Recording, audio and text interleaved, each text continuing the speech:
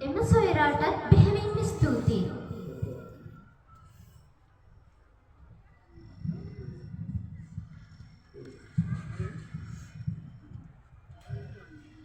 සුබ රාත්‍රියක් වේවා ඔබ සියලුම දෙනාටම. ඉතින් මේ ඔබ එකට වෙලා ඉන්නේ විස්සක වන්දනා පොසොන් උදහණය 2025 වැඩසටහන සමගයි. ඉතින් මේ වෙලාවේ මතක් කරනවා මේ විදිහට විශේෂාංගය ඉදිරිපත් කරන ගියපු පුතණුවන් විශේෂ ජයග්‍රහණයක් අපේ ශිල්පේ මානවක දහම් පාසලට රැගෙන ආවා. ඒ තමයි එම පුතණුවන් සමස්ත ලංකා පද්‍ය ගායනා තරගයෙන් පස්වන ස්ථානය ලබාගෙන ශිල්පේ මානවක දහම් පාසලේ නම අභිමානවත් තැනකට අරගෙන ගියා. ඒ වගේම මේ වෙලාවේ මතක් කරනවා අපේ ශිල්පේ මානවක දහම් පාසලේ දෙදෙනෙකු පමණයි සමස්ත ලංකා තරගයට සහභාගී වුණේ. ඒ අතර එක් අයෙක් තමයි ඉසිර ආකර්ෂ පුතණුවන්. ඒ වගේම අනිත් කෙනා තමයි ආදරණීය චූටි දුවේ කෙයාලා ඔබලිස් ඒ චූටි දුව. ඉතින් අපි ඇයටත් සමස්ත ලංකා කියන තරගයට මුළු ශ්‍රී ලංකාව ඇතුලේ දිස්ත්‍රික්ක 25කට සහභාගී වෙනවා කියන්නේම ඒකම තියෙන ලොකුම ජයග්‍රහණයක්.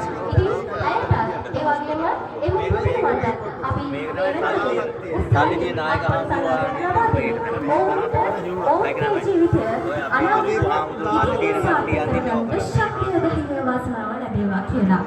ඉතින් මේ වෙලාවේ මතක් කරනවා තවත් දෙයක්.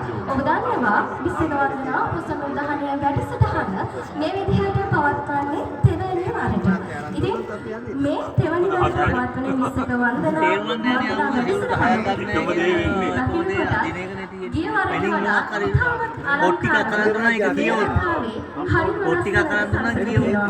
ඒ වගේම අද 9, 10, 11 යන දවස් 4 පුරාවටම ඔබට විස්සක වන්දනා වැඩසටහන බලා ගන්න පුළුවන්. ඒ වගේම මතක් කරනවා අද දවසේ නම් අද දවසේ වගේම හෙට දවසේදී ඒ කියන්නේ ජූනි 9 වෙනිදා මේ විදිහට වැඩසටහනේ පවත්වන්නේ අපේ ශිල්පේ වනද දහම් පාසලේ දුවා දරුවන්ගේ දස්කම් විස්කම් ඒ වගේම 10 වෙනිදා වගේම ඒ කියන්නේ පොසොන් පොහොයදා.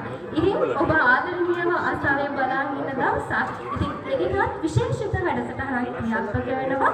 ඒ වගේම 4 වෙනි දවසේ 11 වෙනිදා ජූනි 11 වෙනිදා ඔබට විස්සක වන්දනා වැඩසටහනේ සංස්කෘතික වැඩසටහන බලන්න. ඒ ගැන මතක් කරේ ඔබට දැනගන්න. සූදානම් ඔබට පේනවා ඇති වටපිටාව බලනකොට දන්සල් වලට නැහිලා සූදානමින් පවතිනවා.